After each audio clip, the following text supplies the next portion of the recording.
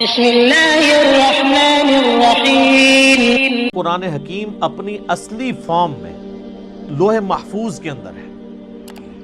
یہ ہمارے ہاتھ میں جو قرآن ہے نا، یہ اس کی اتھینٹک کاپی ہے۔ اصل میں جو قرآن ہے نا، وہ اللہ نے لوح محفوظ میں لکھا ہوا ہے۔ بل ہوا قرآن مجید فی لوح محفوظ۔ سورۃ الواقعہ میں بھی آیا نا کہ وہاں سے اس کو کس نے، تنزیل من رب العالمین، یعنی یہ رب العالمین کا اتارا ہوا ہے۔ لا یمسہ الا المطہرون، یعنی جو قرآن حکیم ہے نا، اس کو وہاں پر پاکیزہ فرشتے ہی چھوتے ہیں، کوئی وہاں پہ پہنچ نہیں سکتا۔ اللہ نے اسے اتارا ہے، یہ جنات کے اثر سے نہیں ہے، شیاطین کے اثر سے نہیں ہے۔ کیونکہ کافروں کا اعتراض تھا نا کہ یہ نبی اسلام، اور بعض میں مخلص بھی تھے کہ یار اچانک زندگی کے 40ویں سال میں آپ غار میں جا کے غار حرا میں بیٹھے ہیں، ہو سکتا ہے کسی آسیب کا سایہ ہو گیا ہو، تو اس کی وجہ سے آپ یہ کلام کر رہے ہیں۔ تو وہ تو پھر آپ کو پتہ ہے آسیب کے سائے والوں کی حالت یہ تو نہیں ہوتی،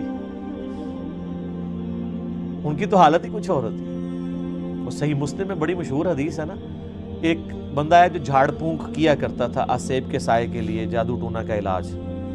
اس کا نام تھا ضماد، عربی میں ضاد میم الف اور دال، اردو میں زماد۔ کئی مسلمان رکھتے بھی ہیں نام کو، لیکن وہ جن کے نام زماد ہے نا، ان کو پوچھے نا کہ نام آیا کہاں سے ہے، ان بیچاروں کو مسلم شریف کی حدیث نہیں پتا ہوگی کہ زماد ہے کون تھا۔ وہ جھاڑ پھونک کیا کرتا تھا، مکے آیا تو اس نے سنا کہ یہاں پہ ایک شخص ہے کہ جو بڑا ایک ڈائنامک اس کی لائف تھی، یعنی وہ سب کی آنکھوں کا تارا تھا، ایک کامیاب تاجر بھی تھا، اور لوگ اس کے پاس امانتیں رکھواتے تھے، بڑا زبردست، یعنی وہ ایک سمجھنے کہ اس معاشرے کے ایلیٹ طبقہ تھا۔ تو اچانک اس کو کچھ ہو گیا اور لوگ پریشان ہیں۔ ظاہر ہے جس نے 40 سال تک کوئی بات ہی نہ کی ہو اس ٹاپک پہ، اور اب وہ کہے کہ میں اللہ کا پیغمبر ہوں، مجھ پہ یہ کلام نازل ہوا ہے، تو لوگ تو پریشان ہو جائیں گے۔ تو اس نے کہا کہ میں جھاڑ پھونک جانتا ہوں، اگر تم مجھے اس کے پاس لے جاؤ تو مجھے امید ہے کہ میں اس کا علاج کروں۔ اس کو کیا پتا تھا کہ علاج اس کا نہیں، اس کا اپنا ہو جائے گا۔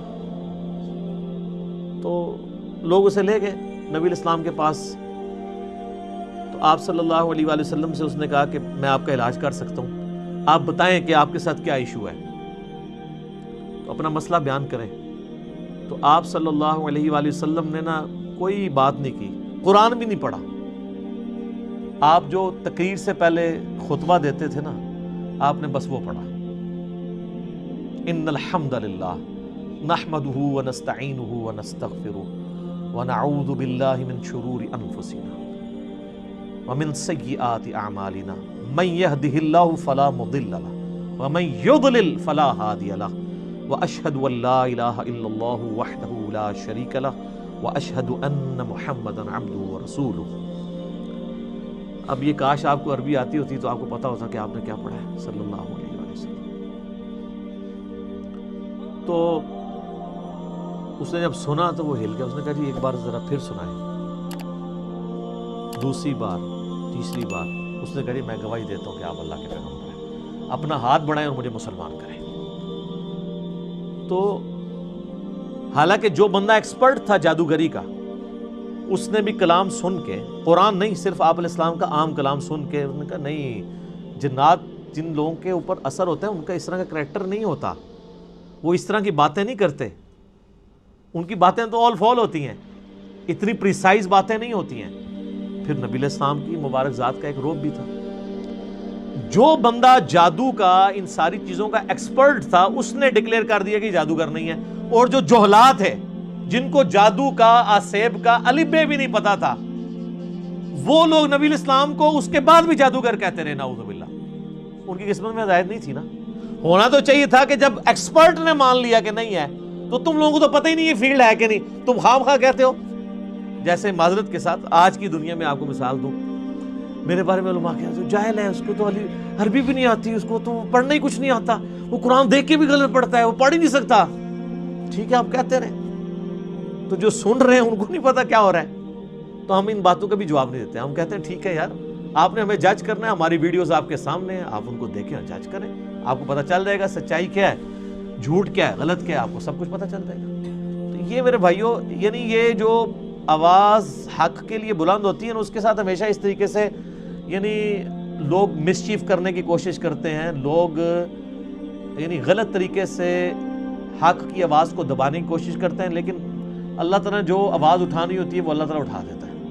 ٹھیک ہے، یعنی اب یہ بھی پوائنٹ ایک اتنا بڑا پوائنٹ ہے کہ یعنی اس کے اوپر ڈسکشن ہو سکتی ہے کہ قرآن حکیم اللہ تعالیٰ نے لوح محفوظ میں رکھا ہوا ہے اور اپنے اصلی حالت میں یہ ہمارے پاس یہ کاپی ہے. کتنی بڑی خوش نصیبی ہے کہ ہمارے پاس وہ کتاب ہے کہ جو اوریجنل کتاب لوح محفوظ میں ہے. سورہ زخرف کے سٹارٹ میں بھی ہے نا، اللہ تعالیٰ نے فرمایا کہ یہ کتاب جو ہے ام الکتاب، کتابوں کی ماں، اللہ کی ہارڈ ڈسک لوح محفوظ کے اندر ہمارے پاس ہے. اور یہ یاد رکھیے گا، یہ مصحف جس ترتیب میں ہمارے پاس موجود ہے نا، اسی ترتیب میں لوح محفوظ پہ لکھا ہوا ہے، اگرچہ اس کی ترتیب نزول یہ نہیں ہے. مصحف کی ترتیب آپ پتہ ہے نا، سورۃ العلق کی پہلی 5 آیات نازل ہوئی ہیں، وہ تو پارہ نمبر 30 میں ہے. سورہ بقرہ جو ہے وہ اس وقت نازل ہوئی ہے جب 2/3 قرآن نازل ہو چکا ہوا تھا، مکی قرآن وہ شروع میں ہے. لیکن اللہ کے پاس لوح محفوظ میں اسی ترتیب میں ہے. وہ اللہ تعالیٰ نے اس کتاب کو سرکمسٹانسز کے اوپر نازل کیا ہے، اور یہ اس قرآن کی سب سے بڑی خوبی ہے جو کسی اور الہامی کتاب میں نہیں ہے کہ جو سرکمسٹانسز کے اوپر نازل ہوئی ہے اور مسلسل 23 سال تک.